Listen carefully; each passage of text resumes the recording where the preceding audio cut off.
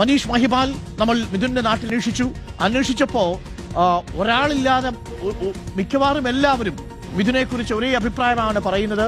മിഥുന്റെ പ്രതികരണം തേടാൻ നമ്മൾ ശ്രമിച്ചു, പക്ഷേ നമുക്ക് കിട്ടിയിരുന്നില്ല. എന്താണ് ഈ ചങ്ങാതിയെ കുറിച്ച് നാട്ടിലുള്ള അഭിപ്രായം? അരുൺകുമാർ, ഇന്ന് വൈകിട്ടാണ് നമ്മൾ മലമുകളിലുള്ള ഈ മിഥുൻ റോയിയുടെ വീട് അന്വേഷിച്ച് അവിടെ പോയത്. മിഥുൻ റോയിയെ നേരിൽ കണ്ടു, പക്ഷേ പ്രതികരിക്കാൻ തയ്യാറായില്ല. നാട്ടുകാരോട് മിഥുൻ റോയിയെ സംബന്ധിച്ചുള്ള അഭിപ്രായങ്ങൾ തിരക്കി. പക്ഷേ ഇടിയനായ ഒരു പോലീസുകാരനെ പറ്റിയുള്ള അഭിപ്രായങ്ങൾ, അങ്ങനെയുള്ള പരാമർശങ്ങളായിരുന്നു നാട്ടുകാർക്ക് മുഴുവനും പറയാനുള്ളത്. അങ്ങനെ അതിനെന്തെങ്കിലും കക്ഷി രാഷ്ട്രീയമോ ഏതെങ്കിലും CPM പ്രവർത്തകനോ അല്ലെങ്കിൽ കോൺഗ്രസുകാരനോ BJP-കാരനോ ഒന്നില്ല.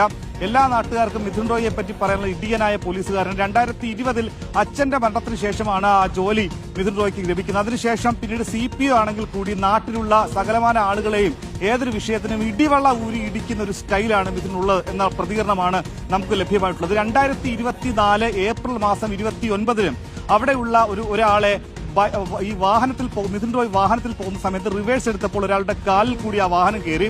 അത് ചോദ്യം ചെയ്ത ആ യാത്രക്കാരനെ അവിടെ ഇട്ട് പൊതിരെ തല്ലി. അങ്ങനെ പോലീസുകാരനായതുകൊണ്ട് തന്നെ പരാതി കൊടുത്ത ആദ്യ 2 ദിവസം വട്ടിയൂർക്കാവ് പോലീസ് കേസെടുത്തില്ല.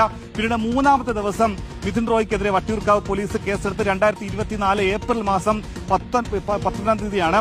അങ്ങനെ നിരവധി സംഭവങ്ങൾ. അതിനുശേഷമാണ് 2024 നെട്ടയം ജംഗ്ഷനിൽ നാട്ടുകാർ തന്നെ പൊതുശല്യം എന്ന രീതിയിൽ നെട്ടയത്തെ ആളുകൾക്ക് ജീവന് ഭീഷണിയാണെന്ന തരത്തിൽ പോലീസ് മൃഗമാണോ മിഥുൻ റോയ് എന്ന തരത്തിലുള്ള ഫ്ലെക്സ് ബോർഡ് അവിടെ ഉയർന്നത്. അങ്ങനെ ആ രീതിയിൽ 3 തരമാണ്. ഒന്ന്, ഒരു FIR 2024 മറ്റൊന്ന് നാട്ടുകാരുടെ പ്രതികരണം, മറ്റൊന്ന് ഈ വിധത്തിലുള്ള FIR ഉണ്ട്. സമൂഹ മാധ്യമങ്ങളടക്കം പോലീസിന്റെ വീഴ്ചയും ഒപ്പം തന്നെ SFI പ്രവർത്തകരുടെ അതിക്രമവും ചർച്ചയാകുമ്പോൾ ഇവിടെ ഈ പോലീസുകാരന്റെ ഇത്തരത്തിലുള്ള സംഭവങ്ങളുടെ വിമർശനങ്ങളും ശക്തി ആർജിക്കുന്നുണ്ട്. അങ്ങനെയുള്ള പ്രതികരണങ്ങളാണ് നാട്ടുകാർക്കും പറയാനുള്ളത്. സേനയിൽ തന്നെ ചില ആളുകൾക്കും ഈ മിഥുനോട് വലിയ രീതിയിലുള്ള വിമർശനമുണ്ട്. കാരണം നേരത്തെ പേട്ട പോലീസ് സ്റ്റേഷനിൽ നിൽക്കുന്ന സമയത്തും ഇത്തരത്തിലുള്ള പ്രവർത്തികൾ ഉണ്ടായിട്ടുണ്ടെന്നാണ് അവരുടെയും വാദം.